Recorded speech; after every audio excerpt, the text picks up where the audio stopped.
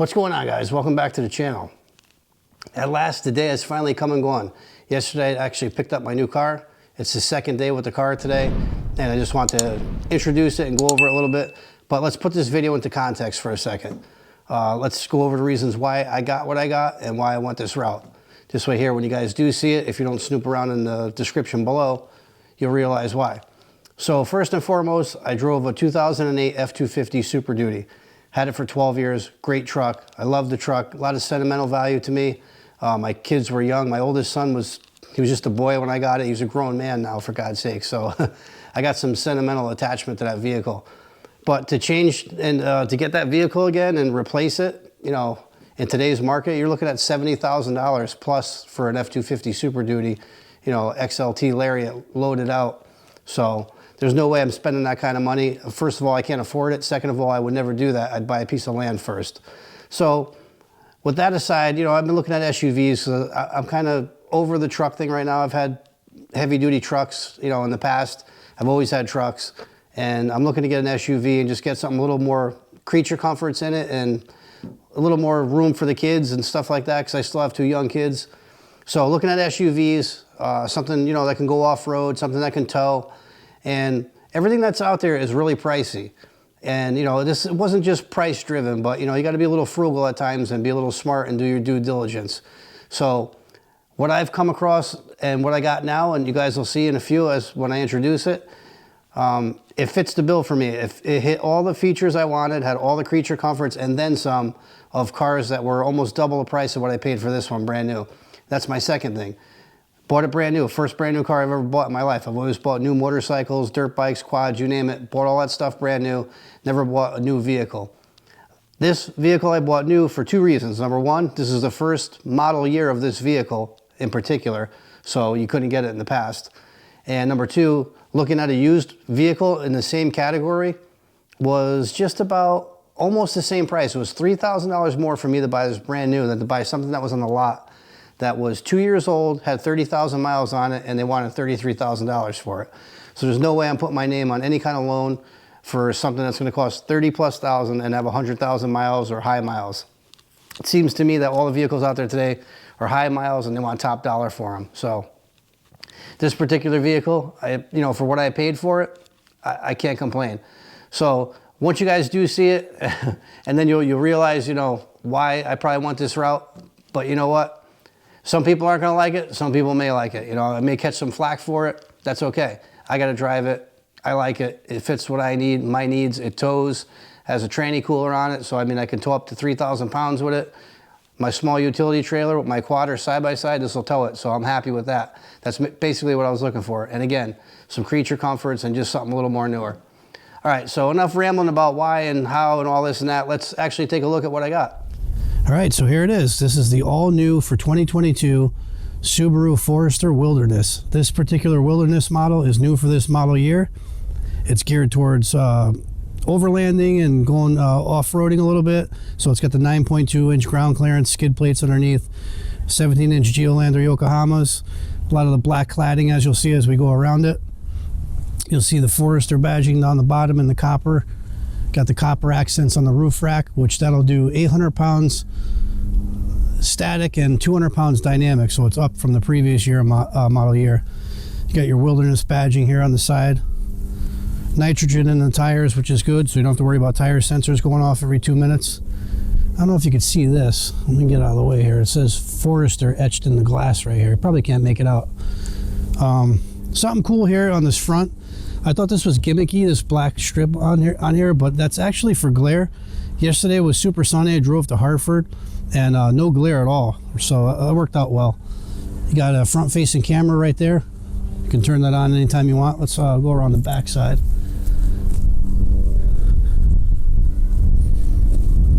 Coming around the back, like I said, you got more of that Forester Subaru Wilderness badging, all blacked out. This is like a carbon fiber material on the wing. I'm digging that back part. I really like that, the way that they did that carbon fiber look. Again, blacked out badges. All right, so let's take a look in the cargo area. It's got an automatic lift gate. Got a really bright LED light up here, and then also one over there. It lights up the whole area in the cargo area. As you can see, I already got some of my gun stuff in here. WeatherTech mats in here all throughout, which is nice. You've got your subwoofer right here, because this has the Harman Kardon. I believe it's got 10 speakers in it. Flip your seats down. Got a privacy shade.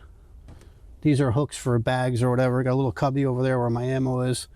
Again, the privacy shade is nice, so nobody knows what you got in the back. I do like that. You also have hooks up here to hang things. And also with this outdoor theme, you have a hook right here, which is pretty handy. So if you got something wet or whatever, I mean, I go hunting, I can hang a little animal off of here or do whatever. It's just nice to have this hook. This could probably come in a lot more use than you might think. Coming back here, you can hit this. This will lock the car. This will shut the trunk, obviously. And you could also set the height of this for how high you want it to open. Well, let's walk around now and take a look at the back seat. Come over to the back side, open it up. Again, you got the WeatherTech mats in here. Got a nice armrest in the middle. Flip that up. It's very roomy back here. You also have that panoramic moonroof. Down here, you got your two USB ports. Nice map pockets right here. And then one thing I do like, look at how wide this door opens. That's a real wide, it's 90 degrees to the vehicle. All right, let's take a look on the inside now. Let's get in the cabin of it and look at the inside. All right, coming in on the driver's side, there's a lot of Forester Wilderness badging on here. So as you'll see right here, Subaru Wilderness, got the copper stitching in here, Harman Kardon, speakers, power seat with lumbar. I do like the pedals on this. You got a nice dead pedal. You also got the WeatherTech with the Subaru Wilderness badging on them. It's a little dirty now because I've been driving it for a few days, but still nice nevertheless. A lot of controls right here. Set your power lift gate right there. These are for the headlights. The headlights on this car follow the curves of the road. When you turn the steering wheel, you can shut that off there if you want. That sets the height of the rear hatch. Down here you got traction control, your auto start stop off, and your lane departure. All right, so let's hop in and take a look. There's your animation for when it starts up, Subaru Wilderness. You also have it there on the tachometer. Starlink in here. Again, let's look at this moonroof real quick. It's pretty darn big. It goes all the way back. I could barely reach to get it all the way back, but it is a nice size moonroof. Let's push to start. So you start it up, you'll get greeted with all this nonsense that pops up. Make sure you got every seatbelt, all that stuff, because this has the EyeSight 4.0 up here, the 2 cameras up there, and the Starlink system. You got your secondary screen right there, which if I push this button right here, this says view. That's a front-facing camera up front that I showed you earlier. Turn that on, and that shows you up front. So that's a pretty cool feature. I mean, you can turn that on, you can leave it on while you're on the highway. I used it yesterday, it was pretty cool. Of course, you got your backup camera here. That all comes standard now in cars. XM satellite radio. It's got full nav with TomTom is who they use for their navigation, which I like it. I tried it out yesterday. It works pretty good. Nice physical controls. It doesn't have the big tablet style. They didn't update the infotainment system on this particular model. The Outbacks have it where it has that tablet style, and they got rid of all these physical buttons. I'd rather have physical buttons, just because to me I think it's less chance of breaking. At least you have physical controls, so that's nice there. Up here is all customizable up here for the info. You could change it to whatever you want. I did do a couple of changes on it so far, but I'm still learning the vehicle, so I just leave it on.